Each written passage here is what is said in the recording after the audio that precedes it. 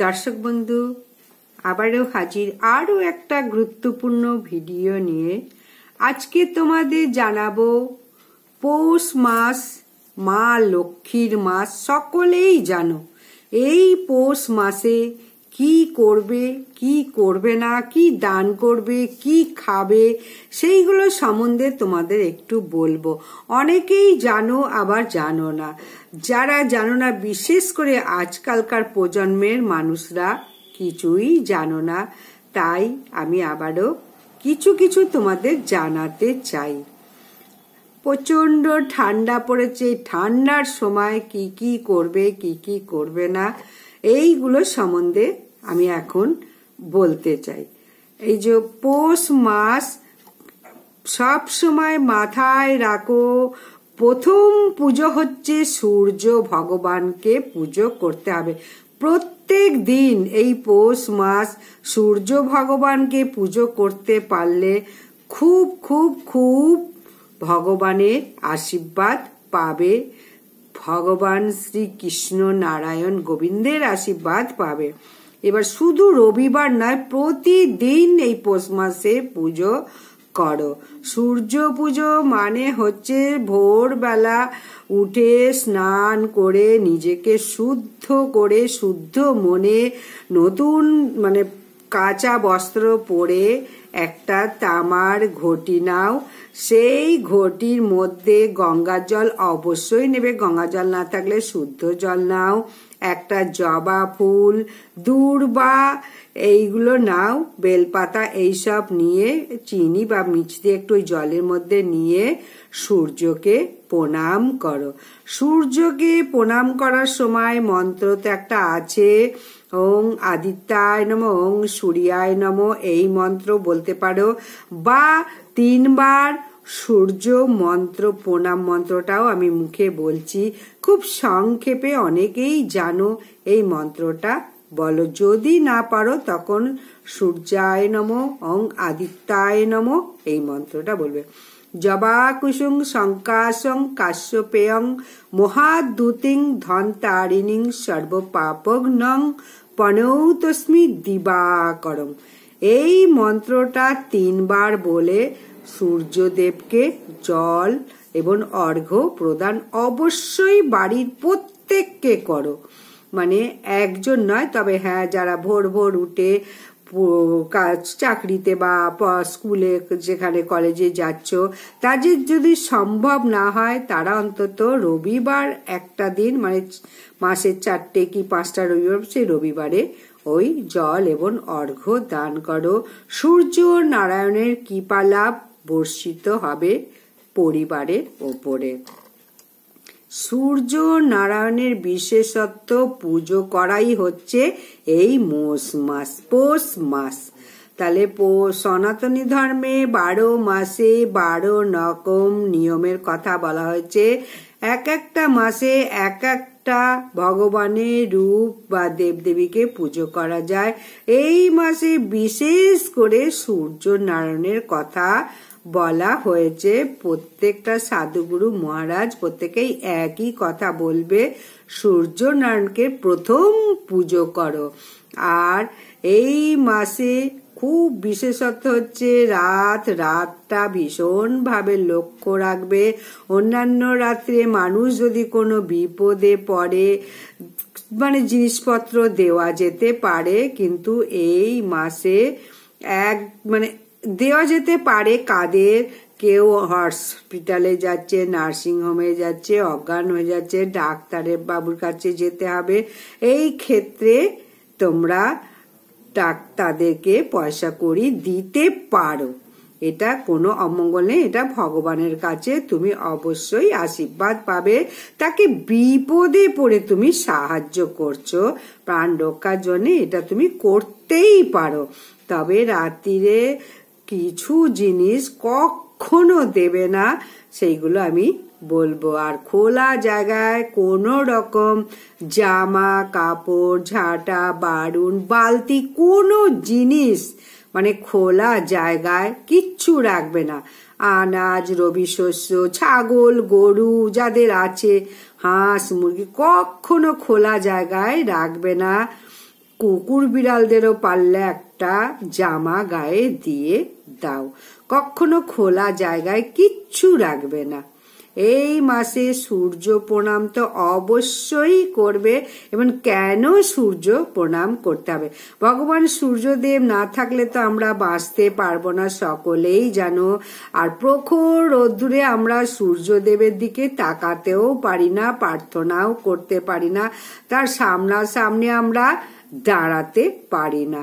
কিন্তু পৌষ মাঘ মাসে সূর্য নারায়ণ যে তাপটা দেয় সেটা আমাদের মধুর মতো সহ্য সহনশীল, সেটা আমরা খুব সুন্দর সেই মধুর মিষ্টি রোদ্দুরটা লাগে। তাই এই পৌষ আর মাঘ এই 2 মাস যদি রোদ্দুর না লাগে তাহলে আমরা কি কেউ বাঁচবো না। পৃথিবী তো পুরোপুরি অচল হয়ে যাবে। তাই আমরা যেটাই করি সবসময় একটু সূর্যের তাপ নিয়ে নিই। মানুষ তরতাজা থাকে এই রোদ্দুরের জন্য, এতটাই মধুর লাগে এই রোদ্দুর এই শীতকালে। তাই শীতকালে সূর্যদেবকে পূজা করা খুবই উচিত। ঠান্ডার দেশে কি করে, সূর্যদেব দেখতে পাওয়া যায় না, পশু পাখি গাছপালা বরফের দেশে ঝিমিয়ে থাকে। তাই আমাদের এদিকে শীতকালে কি হয়, বয়োজ্যেষ্ঠ যারা তারা তো এমনি শীতের জন্যে কষ্ট পায় বা ঝিমিয়ে থাকে, আর সূর্যদেব যদি প্রখর ভাবে ওঠে তবে একটু আরামদায়ক হয়। আর পৌষ মাস মাঘ মাস এই 2 মাস কি খাবে? সব সময় মনে রাখো, ঠান্ডা জিনিস খেলে সর্দি কাশি বুকের কফে কিন্তু কষ্ট পাবে। কোনো পানীয় জাত দই কলা আইসক্রিম এগুলো একদম খাবে না এই 2 মাস। এইসব যদি খাও বুকে অবশ্যই কফ বসে যেতে পারে, আর কফ বসে গেলে বুঝতেই পারছো সহজে সারবে না। আর রাত্রিরে লেপ কম্বল মুড়ি দিয়ে যখন শোবে তখন নাক যদি বন্ধ হয়ে যায় তখন নিঃশ্বাস নিতে কষ্ট হবে, ঘুমের ব্যাঘাত ঘটবে। তাই কখনো ঠান্ডা খাবে না। তাই এই মাসে কাদেরকে দান করবে? যারা রাস্তাঘাটে থাকে, সাধু সন্ন্যাসী কুকুর বিড়াল এদের যত পারো শীতের বস্ত্র দান করো, সোয়েটার চাদর কম্বল এইসব জিনিস দান করো। এই পৌষ মাঘ মাসে ভীষণ পুণ্যের কাজ হবে। আর যেই বাড়িতে আসুক তাকে গরম জিনিস খাওয়ানোই ভালো, ঠান্ডা জিনিস খাওয়াবে না। তবে জলের বোতলটা তোমরা দিতে পারো।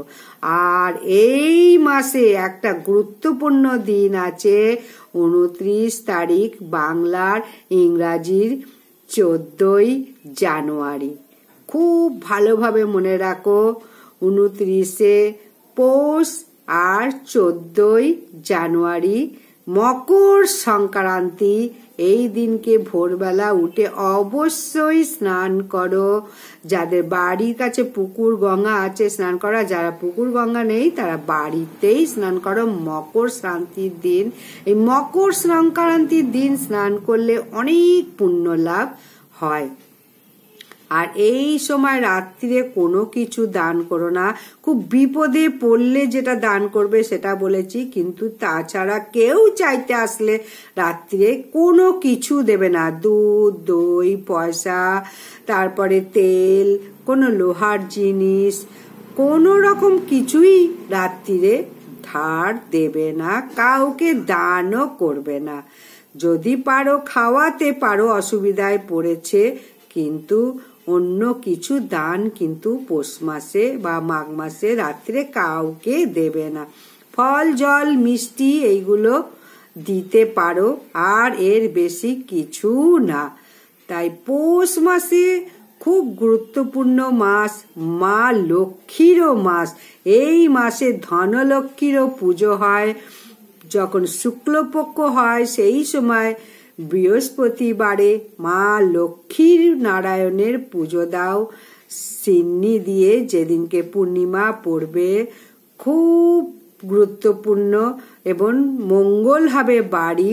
আর এই পৌষ মাসে কখনো রাত্রিরে কোনো কিছু বিশেষ কিছু রিচ খাবার খাবে না, দিনেও খাবে না, একটু কম খাও। কারণ কি করে মানুষ খাওয়ার পরই লেপের ভিতর ঢুকে পড়ে, লেপের ভিতর ঢুকলেই তখন গরম হয়ে যাবে শরীর, তার ফলে হজমের সমস্যা হয়। হজমের সমস্যা হলেই বয়স্ক বলো মধ্যবিত্ত মানুষে বলো স্ট্রোক হবার সম্ভাবনাটা এই মাসেই বেশি হয়। তবে অনেকে বলে শীতের সময় যত কিছু খাও কোনো রকম অসুবিধা হবে না, কিন্তু রাত্রিরে টোটালি হালকা খাও, কখনো ভারী জিনিস খেও না। রাত্রিরে হলেই বিপদের ঝুঁকিটা বেশি থাকে। দিনের বেলায় যা খুশি খাও, কিন্তু রাত্রিরে একদম খেও না। আর এই পৌষ মাসে কোনো জিনিস বিক্রিও করবে না, আর কোনো কুকুর বিড়াল কাউকে বাড়ি থেকে তাড়াবে না।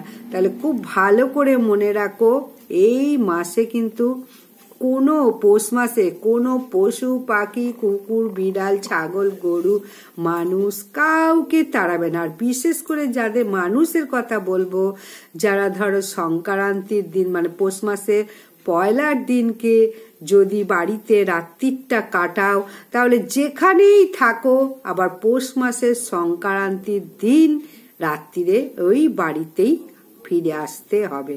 এই নিয়মটা কিন্তু অবশ্যই মানবে, না মানলে মা লক্ষ্মী রুষ্ট হবেন, তোমার সঙ্গে কিন্তু অন্য জায়গায় চলে যাবেন।